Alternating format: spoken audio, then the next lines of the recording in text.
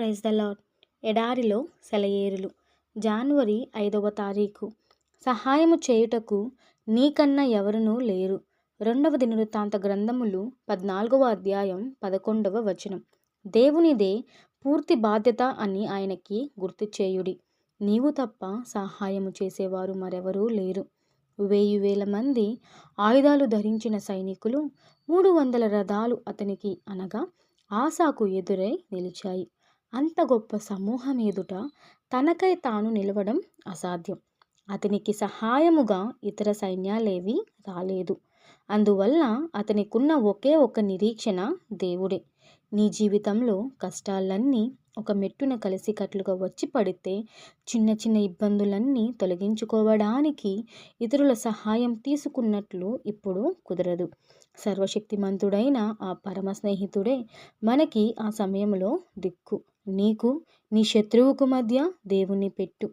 ఆసా విశ్వాసం ఎలాంటిదంటే కూసు దేశపు రాజు అయిన జరాహుకు అతనికి మధ్యలో దేవుడు నిలబడినట్లుగా అతనికి అనిపించింది. ఇది యథార్థమే.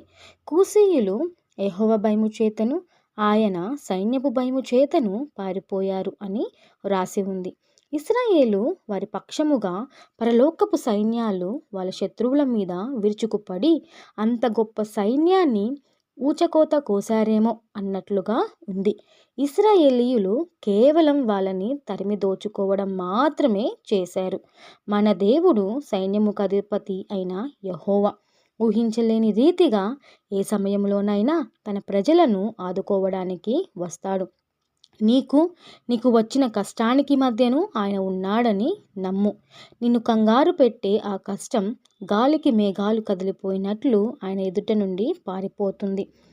దేనికైనా ఆనుకునే ఆధారం కరువైతే, కోటలు బద్దలై కూలిపోతే, దేవుడున్నాడన్న ఆలంబన తప్ప మిగిలిందంతా అయోమయమైపోతే నమ్మకం నిలబడే తరుణమిదే. వీక్షించే బాట కన్నా విశ్వాసపు చూపు మిన్న. కనిపించని పెను చీకటిలో నమ్మకమే విశ్వాసపు వేకువ వెలుగు. అబ్రహాము దేవుణ్ణి నమ్మాడు. కంటికి కనిపించే దానిని పక్కకి పెట్టాడు. ప్రకృతి ధర్మాలను మీరు గొడవ చేయకండి అంటూ ఆదేశించాడు. అనుమానాల హృదయాన్ని నోరుముయ్, శోధన పిచాచి అని గర్దించాడు. ఆయన దేవుణ్ణి నమ్మాడు. Praise the lord.